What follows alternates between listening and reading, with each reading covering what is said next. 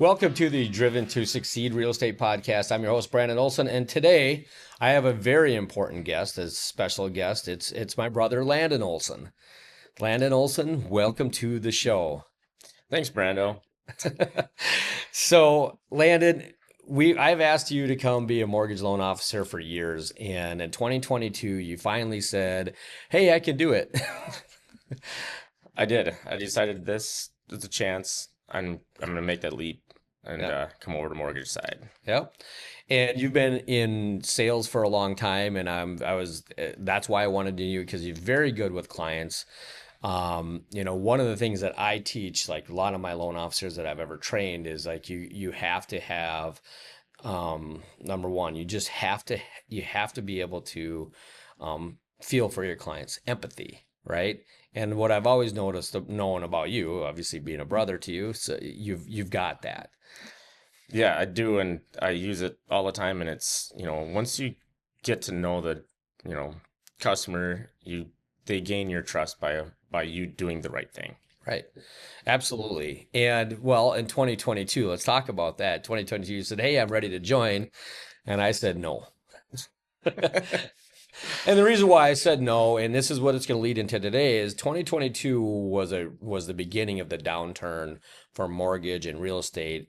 Interest rates rose, and we just came out of COVID low rates, and in an inflationary market, we went from rates that were in the twos and the threes to it skyrocketed. It went to like eight, and in a very short period of time, and that was in that time frame. And I said, "No, now is not the time for you to jump in and get your."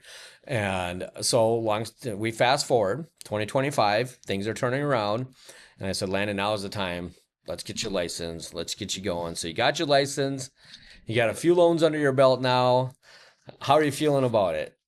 I'm excited. This is great. This is what I've been wanting to do for a long time since you had told me about it years ago, coming over to the mortgage side. And once I'm finally here, and it feels great. Yeah. And you couldn't do it because I needed you to be local and so I could train you or help train you in and whatnot. So that's why it took a few years to get there. It is what it is. You finally moved down here and now we're here. So anyway, today what we want to talk to everybody about is 2026 and beyond, and like the opportunities that we're getting right now. We're going to talk about rates, affordability, and the consumer confidence. And it is growing and it's doing some well. Like, where are we seeing rates right now? We're seeing rates in the upper fives, low sixes. Correct. Yep. Yep. So that's the big thing about the affordability and where everybody is. And my past clients, if I call 10 people right now, all 10 people answer the phone. Two, three, or four people are literally time in. So you're about 30% are always looking to move up, but they've been waiting for rates to come down. Yes, they have, and I've had a lot of calls myself, of customers, friends that I have known them for a long time, and they're saying, I would like to move up too, but I want to wait because I want the interest rates to come down even further. Right. Well, we're not quite there to what they're expecting it to be. Yeah, it's setting the expectations, right? And that's what we really want to talk about today because again, nobody holds an actual crystal ball to say what rates are going to do.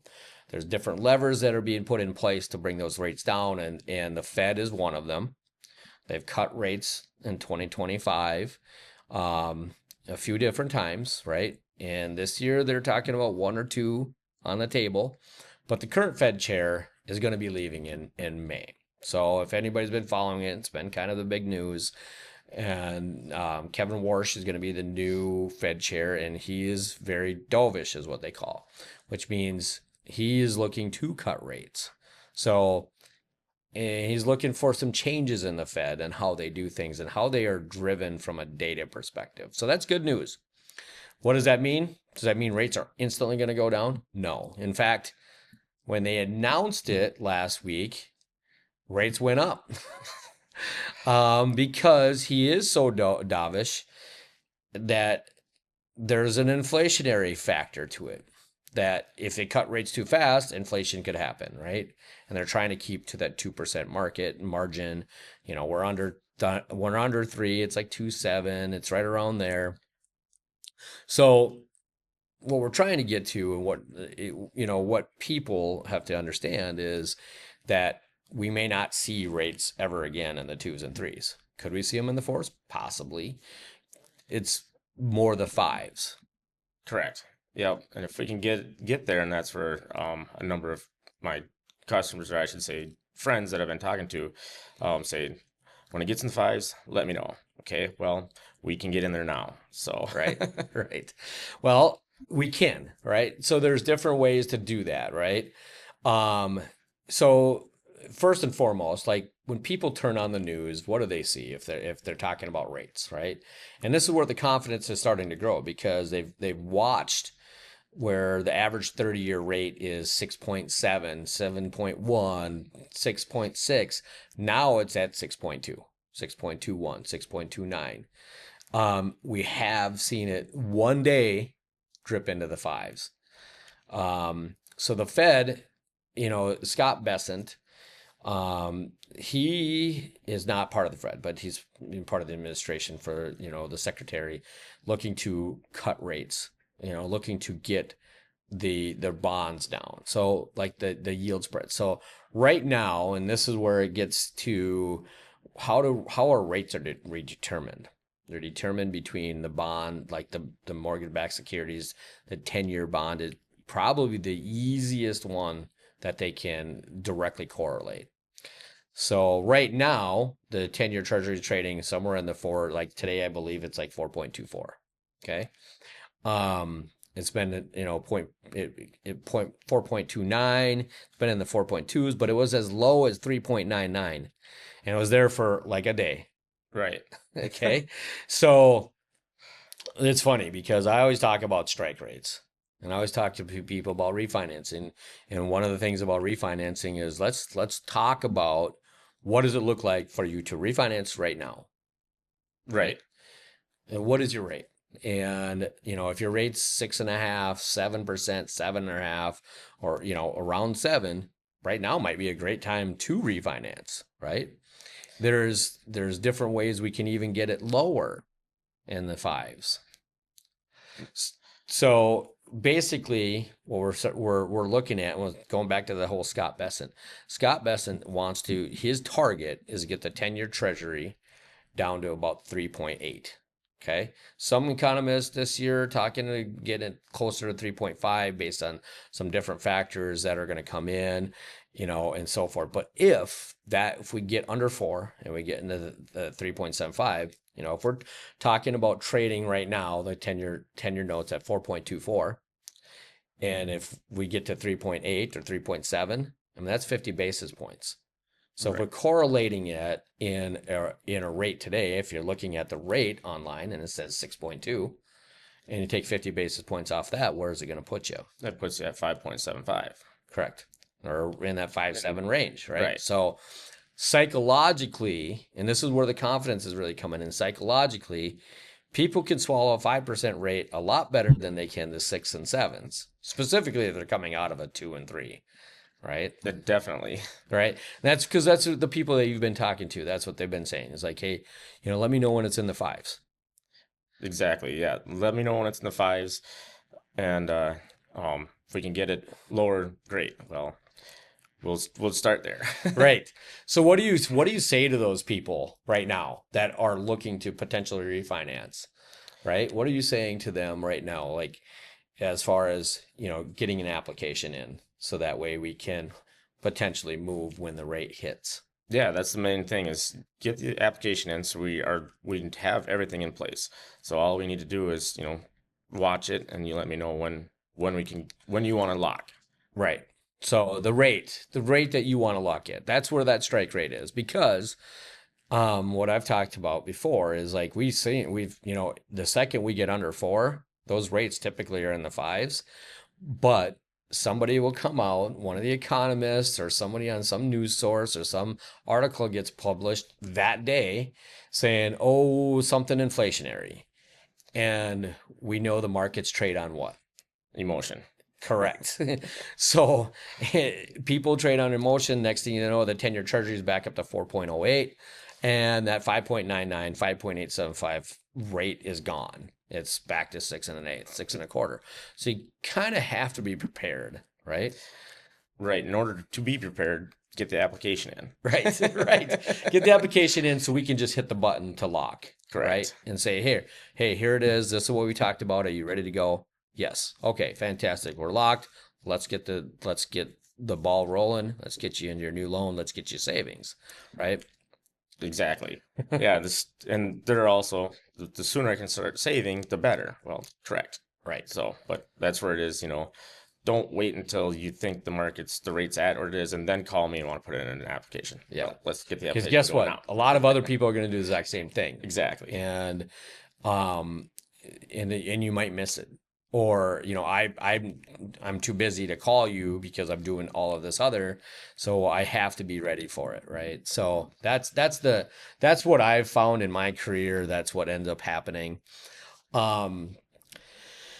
So this year we're probably going to see some movement. It's probably not going to be tough. Like in my opinion, in my professional opinion, and the people that I've spoken with, and the kind of the forecast we're looking at, I don't think we're going to go crazy far. Do I think we're going to get in the upper to middle fives? I think that's where we end up at. But again, it might not even happen. There's other factors that all factor into this. Okay, so that's why I always talk to people is like, let's talk about what buying a home means to you, right? And a lot of times once you show them a rate that's a rate at 5.99 just because you have a 5 in front of it versus a 6.25 rate, what does that payment look like in a difference for you on a $350,000-$400,000 home, right? It may not that be much. It might be 50, 60 bucks, 70 bucks difference for that home. Right. And do you want to, wait that long to get to $50, $70 less, or Okay. just get in there now and pay that extra 50, 70 bucks? Right. And on top of it, rates do come down further down the road. You can refinance. Hence the reason they have that saying that's been going on a couple of years of Marry the home, date the rate. yes. So, what I have always expressed and what I've seen in my career is that, this specifically, we're in February now, and year after year, the next 3 to 4 months, if not 5 months, it becomes very hard to purchase. And why? Because there's a limited supply of homes and everybody wants to move spring, summer, kids are out of school, grass is green, whatever it is. And so you see continuously after the Super Bowl, applications jump, people are looking, and then that same home that you could have bought today at 350, 400, 500, whatever it is, if it's multiple offers, it doesn't take long where that $500,000 home, you're paying 525 for it just because of the time of year. And that keeps pushing up the values. Now, what I do believe is that you're going to have a lot of people moving up. And when we move up, they have a home that's maybe 2.75% rate. And they're thinking, okay, I don't want to trade this payment on this home for a 7%, 6%, but I do want to trade it for 5. So going back to what we're talking about here is that if you turn on CNBC, Fox Business, or whatever news source, even the local TV, radio or TV stations, they're going to show a rate like today's rate. And when it shows 6.2, and a lot of people believe that the psychological thing back to the 5%, when you see 5.9 and below, that's where we're going to see a lot of flooding back into the market.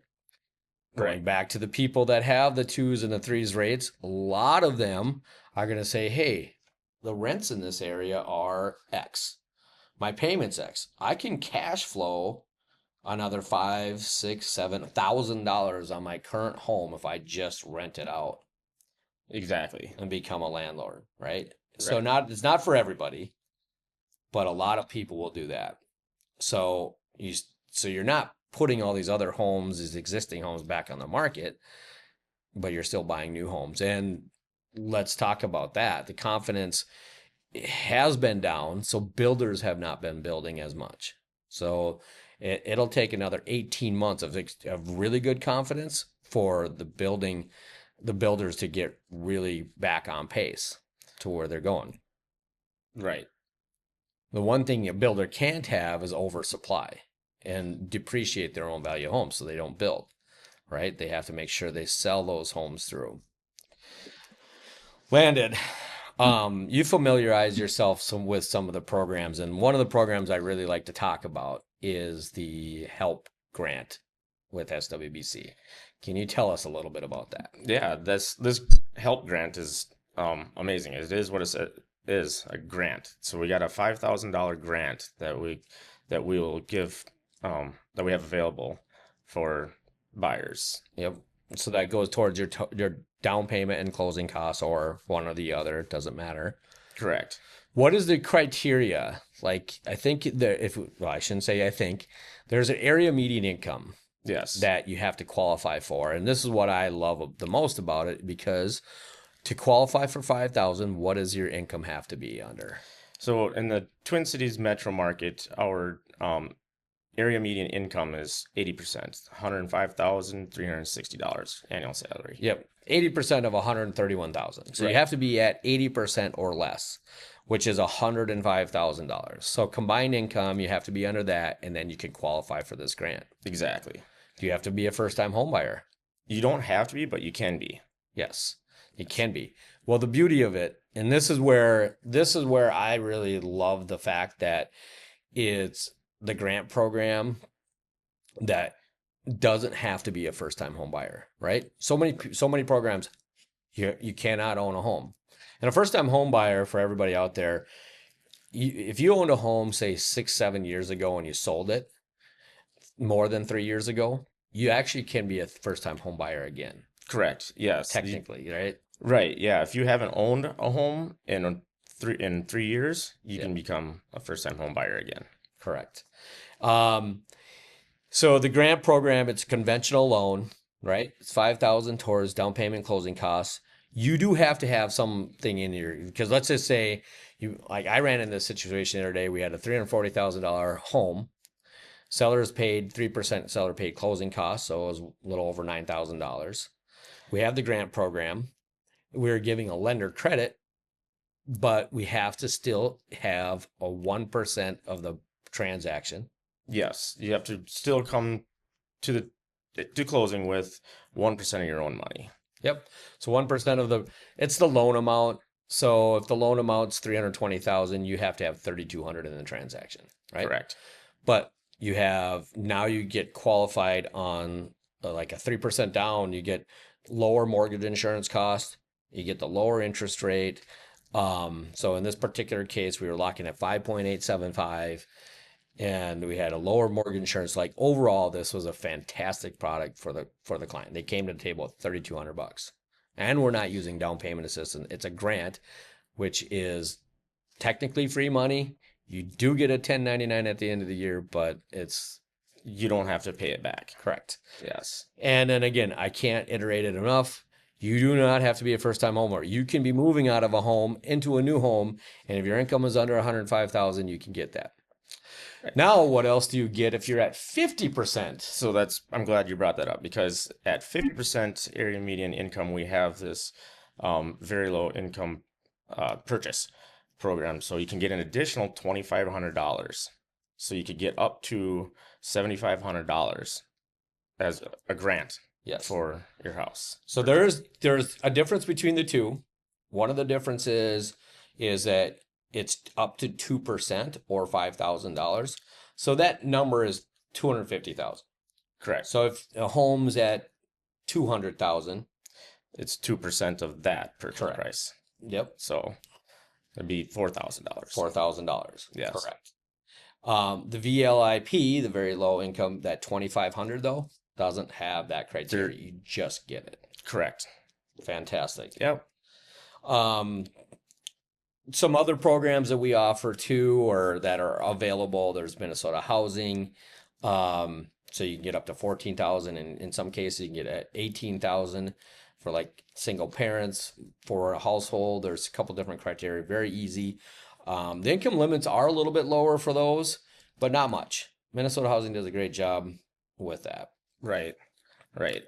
Well, Brandon, you've done a lot of work with Minnesota Housing. Yes. We also have another option too. What is that?